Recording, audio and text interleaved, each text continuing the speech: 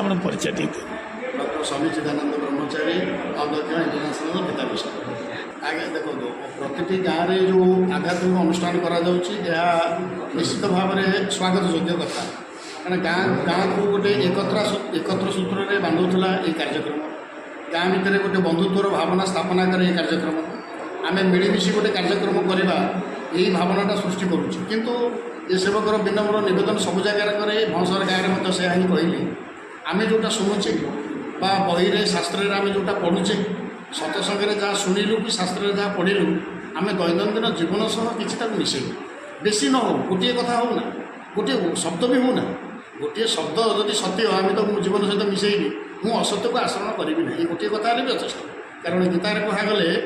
स्वल्पमप्यस धर्म से त्रायते महत्व है अल्प टिके उत्तम आचरण सी जीवन महान विपद को दूरे पारे महान भयरू आमको रक्षा करें शांति सतोष दे तेणु आम सतसंगे जिते भल कथा शुणु बा शास्त्र जिते भल कथा पढ़ू आम दैनंदिन जीवन सह अल्प हो पचे मिसे मुझे नवेदन ही रखे 22 वर्षर अनुष्ठान आपन को आज सन्तश्री उपाधि आपन सम्मानित कले केमती लगुच ना लगे कथा कि यह हूँ से गोटे श्रद्धा एवं